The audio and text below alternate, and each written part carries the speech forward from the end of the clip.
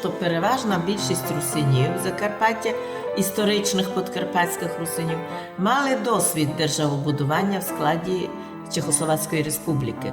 Яку позицію зайняли жителі краю перед лицем більшості українців всієї республіки, які такого досвіду з радянських часів явно не мали? Дійсно, думаю, що важливо нікому і ніколи не забувати, що переважна більшість наших русинів Закарпаття, історичних підкарпатських русинів, точніше наших батьків, дідів, які на відміну від радянських українців дійсно отримали хороший досвід державобудування в складі ЧСР. А тому, вивчивши ситуацію, організовано 92,5% русини Закарпаття разом з всіма жителями проголосували за створення нової незалежної України, яку многі хотіли восприйняти як нову Чехословакію.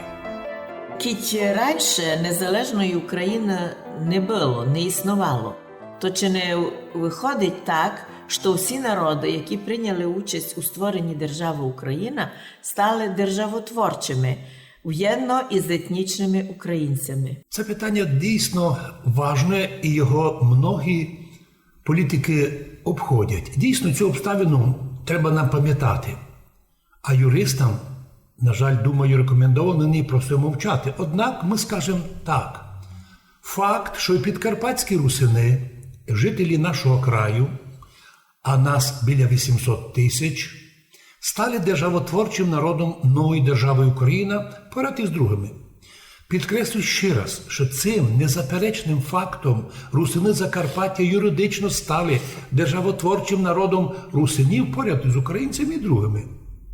Не виокремлюємо лише себе, бо таким державотворчим народом з русинами у Закарпатті стали поряд із нами, волиняни, київляни та й галичани, українська ідея, в яких була, до речі, до 1939 року була повністю заблокована поляками на Галичині.